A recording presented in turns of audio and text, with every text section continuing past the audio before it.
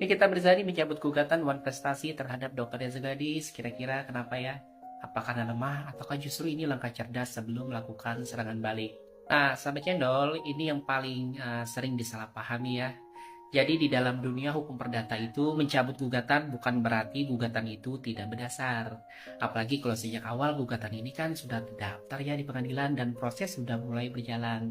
Itu tandanya ada keyakinan hukum dari penggugat termasuk dalam kasus Nikita Mirzani.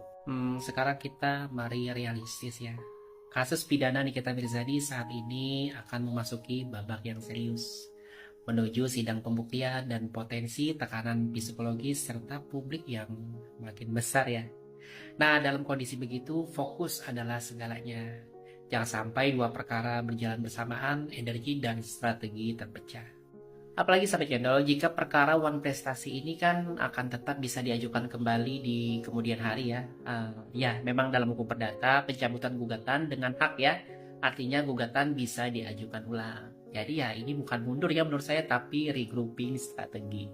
Justru ini menurut saya ya sahabat channel, ini mengindikasikan Nikita Mirzani dan tim pengacaranya bisa jadi ya sedang menyiapkan sesuatu yang lebih besar.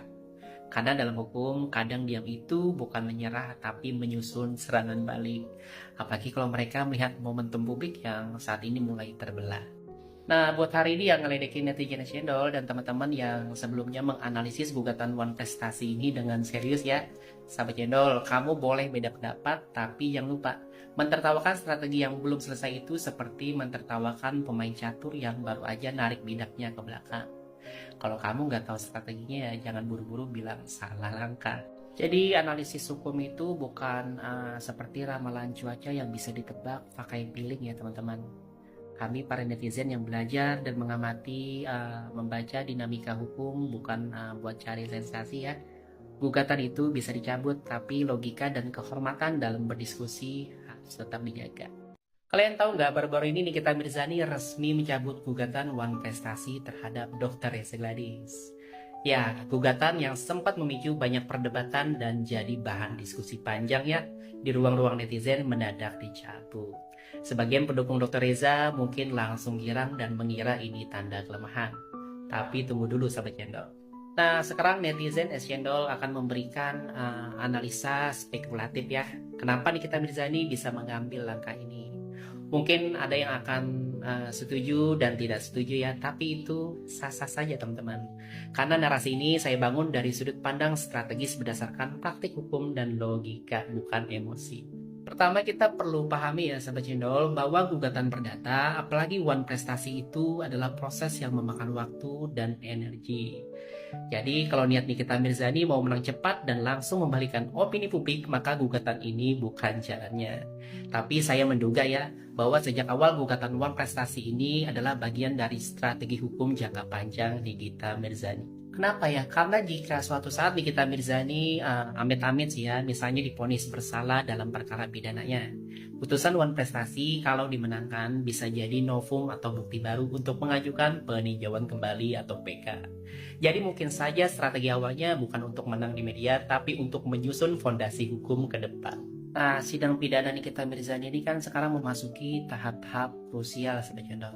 Dan ini bukan sidang yang bisa ditunda semaunya. Sementara itu, gugatan perdata bisa diajukan ulang selama belum menyentuh pokok perkara. Jadi menurut saya ya, dari sisi urgensi ya, lebih masuk akal ya, jika saat ini Nikita Mirzani memfokuskan energi dan konsentrasinya ke perkara pidananya dulu. Ini bukan soal mundur atau mengalah, tapi soal menyusun ritme bertarung hukum.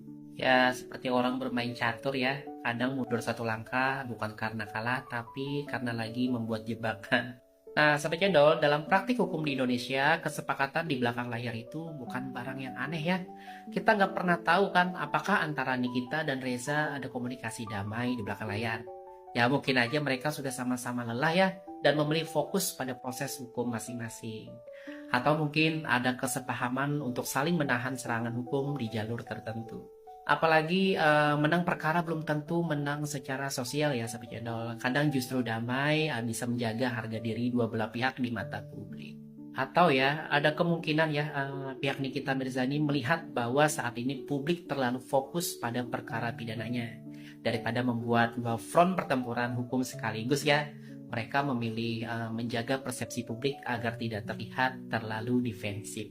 Dan jangan lupakan juga ya, pencabutan gugatan ini bisa menjadi manuver psikologis untuk meredam tensi dan mengalihkan fokus opini. Ya, membuat pendukung lawan terlalu percaya diri, lalu nanti balik disodorkan senjata hukum lain yang lebih kuat di tahap berikutnya. Jadi apakah pencabutan gugatan ini bukti kelemahan? Belum tentu ya Sobat Cendol, justru bisa jadi itu langkah strategis ya, yang disusun untuk menciptakan ruang mengatur napas dan menyusun ulang arah serangan. Yang perlu kita pahami, hukum bukan soal siapa yang paling kencang teriak di awal ya, tapi siapa yang bisa bertahan dengan bukti dan strategi sampai akhir. Nah, Sobat Cendol, mari kita belajar untuk tidak terburu-buru menyimpulkan sesuatu hanya dari permukaannya ya.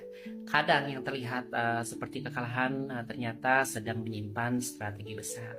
Dan dalam hukum, seperti dalam hidup ya, tidak semua tenang itu lemah, bisa jadi mereka sedang merancang langkah besar.